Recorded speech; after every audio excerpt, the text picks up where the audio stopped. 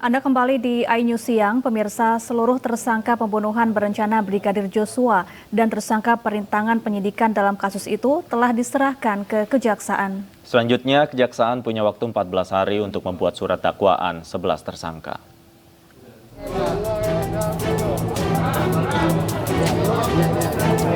Tersangka sekaligus dalang pembunuhan Brigadir Joshua, Ferdi Sambo, bersama istrinya Putri Chandrawati, tiba di gedung Kejaksaan Agung Rabu siang. Kejaksaan Agung menerima pelimpahan berkas perkara tahap 2, kasus pembunuhan berencana Brigadir Joshua dan perintangan penyidikan. Selain Sambo dan Putri, 3 tersangka pembunuhan lainnya, yakni Barada Eliezer, Bribka Riki Rizal, dan Kuat Ma'ruf juga diserahkan ke Kejaksaan. Tak hanya itu, 7 polisi yang terseret perintangan penyidikan kasus pembunuhan Brigadir Joshua juga diserahkan ke Kejaksaan.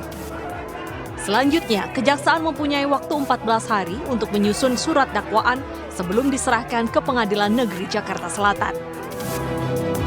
Sesuai dengan ketentuan hukum acara pidana, kami akan menindaklanjutinya dengan mengambil langkah sesuai dengan kewenangan yang diatur dalam undang-undang.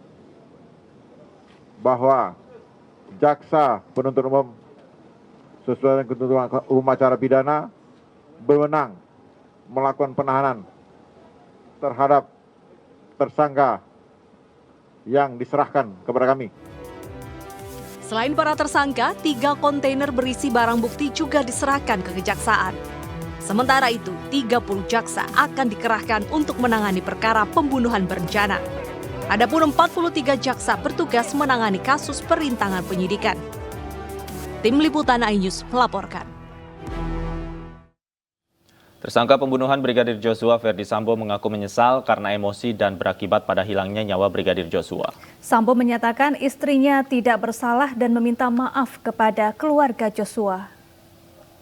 Disampaikan, Mbak. Laksanakan tahap 2. Sambo, kamu udah bisa banyak orang, Sambo. Diam. Akan masuk ke tahap. Mas, naikin aja, Mas. Ya, saya laksanakan. Beliau mau ngobrol. Saya pada majelis hakim dan mulia. Saya lakukan semua ini. Semuanya diam, beliau mau karena bicara. kecintaan saya pada istri saya. Saya tidak tahu bahasa apa yang dapat saya mengungkapkan perasaan, emosi, dan amarah akibat peristiwa yang terjadi di Magelang. Kabar yang saya terima sangat menghancurkan hati saya. Saya sangat menyesal, sangat emosi pada saat itu. Saya siap untuk menjalani semua proses hukum. Istri saya tangan Bapak tidak melakukan. Bapak saya pegang. Tidak melakukan apa-apa. Justru menjadi korban. Saya menyampaikan permohonan maaf kepada pihak-pihak yang sudah terdampak atas perbuatan saya, termasuk Bapak dan Ibu dari Joshua. Pemirsa, di tengah kabar Lukas NMB yang masih sakit, beredar video Gubernur Papua tersebut bisa berjalan dan terlihat sehat. Sementara istri dan anak Lukas NMB menolak hadir usai dipanggil KPK sebagai saksi.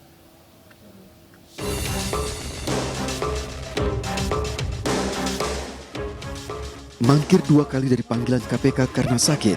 Belakangan beredar video Gubernur Papua Lukas NMB mampu berjalan dan terlihat sehat. Video ini diambil dari akun media sosial Ketua Sinode Baptis Papua, Sokrates Sofian Yoman, yang berkunjung ke kediaman pribadi Lukas NMB.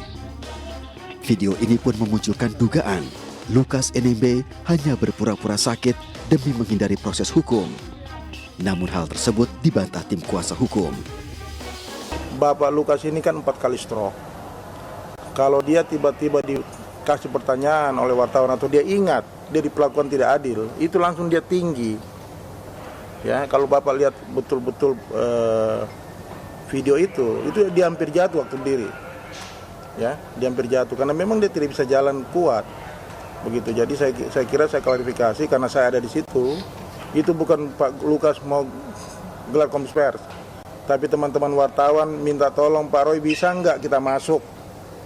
Ya saya bawalah masuk supaya lihat kondisi real.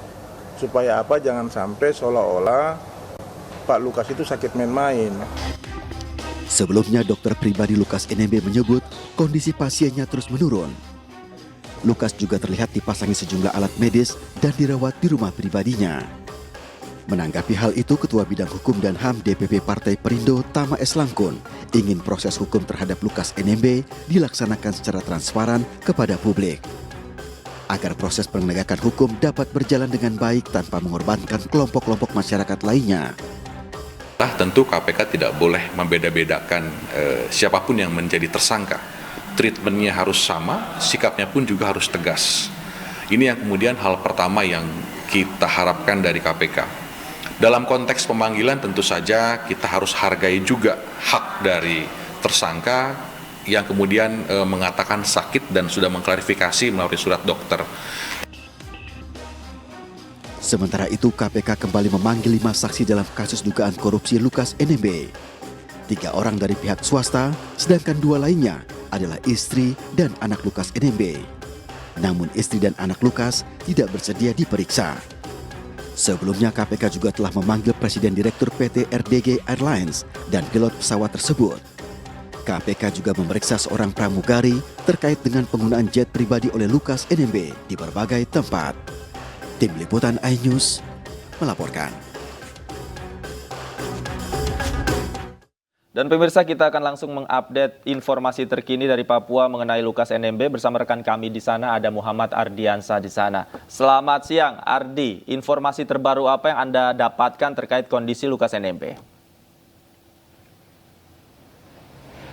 Ya, selamat siang menjelang sore waktu Indonesia Timur, Davi dan Safa. Memang hari ini Lukas NMB masih berada di kediamannya dan mana memang kemarin beredar di Papua viral video yang menunjukkan bahwa Lukas NMB ini dalam keadaan sehat. Namun video tersebut telah kami konfirmasi kepada tim dokter dan juga kepada tim kuasa hukum bahwa Lukas NMB memang pada saat ini sedang sakit dan kondisinya tidak stabil. Untuk update dari kasus dugaan gratifikasi yang dijerat kepada Lukas NMB, memang KPK telah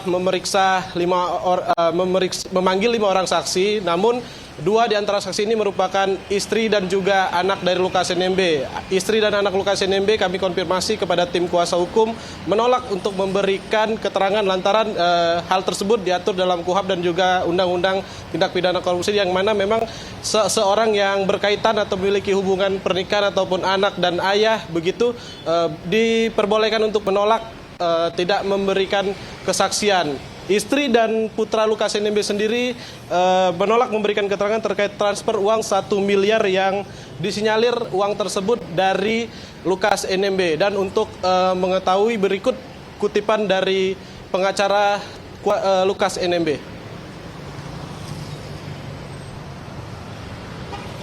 Yang mempunyai hubungan perkawinan suami, istri, anak, atau terikat pekerjaan selaku atasan bawahan, mempunyai hak menolak pemeriksaan untuk didengar keterangan sebagai saksi. Setelah beliau berkonsultasi demikian, maka Ibu Lukas dan putranya Bona menyatakan akan menggunakan hak itu, yaitu tidak akan memberikan keterangan. Apalagi dalam surat panggilannya disebutkan berkaitan dengan transfer uang 1 miliar. Kita bertanya juga apakah ibu tahu mengenai kejadian ini. Dia mengatakan tidak tahu, termasuk putranya juga tidak mengerti apa-apa karena di tahun 2020 itu 1 Mei 2020 beliau atau anaknya ini si Bona itu sedang di Australia.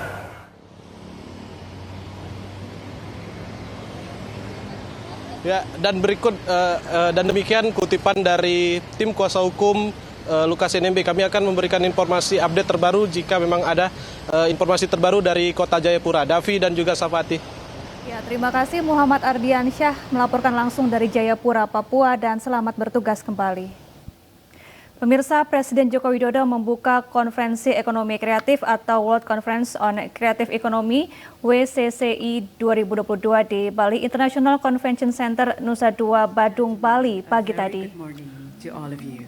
Konferensi Ekonomi Kreatif merupakan acara sela atau side event dari Presidensi G20 yang akan menjadi forum pertemuan delegasi dari 50 negara untuk bertukar pikiran dan pengalaman dalam menyusun panduan kebijakan serta mewujudkan kerjasama konkret dalam ekonomi kreatif.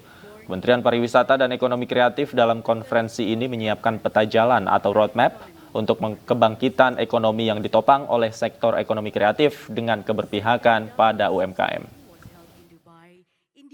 Ekonomi kreatif di Indonesia dan di banyak negara lainnya akan menjadi tulang punggung ekonomi di masa depan.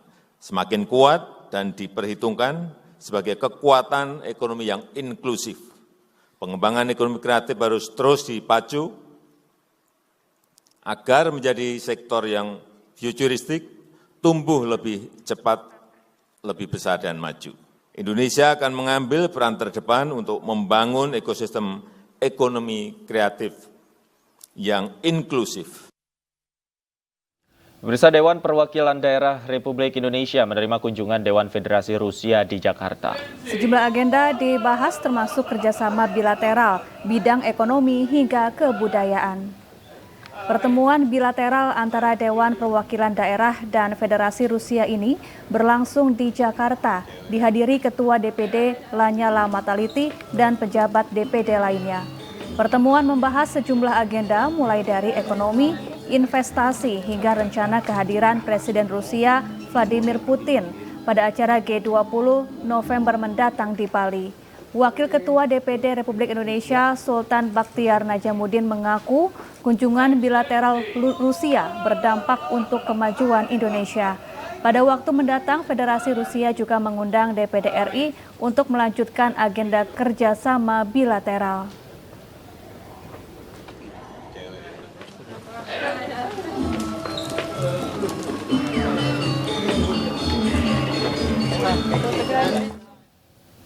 Pemirsa, PT Infocom Elektrindo, anak perusahaan MNC Group, menandatangani naskah kerjasama dengan Intel Corporation. MOU ini menjadi komitmen untuk berkontribusi dalam pengembangan infrastruktur teknologi dan transformasi digital di Indonesia. Intel sendiri menjadi perusahaan yang memiliki artificial intelligence canggih dan potensial dan mengembangkan berbagai sektor industri di Indonesia.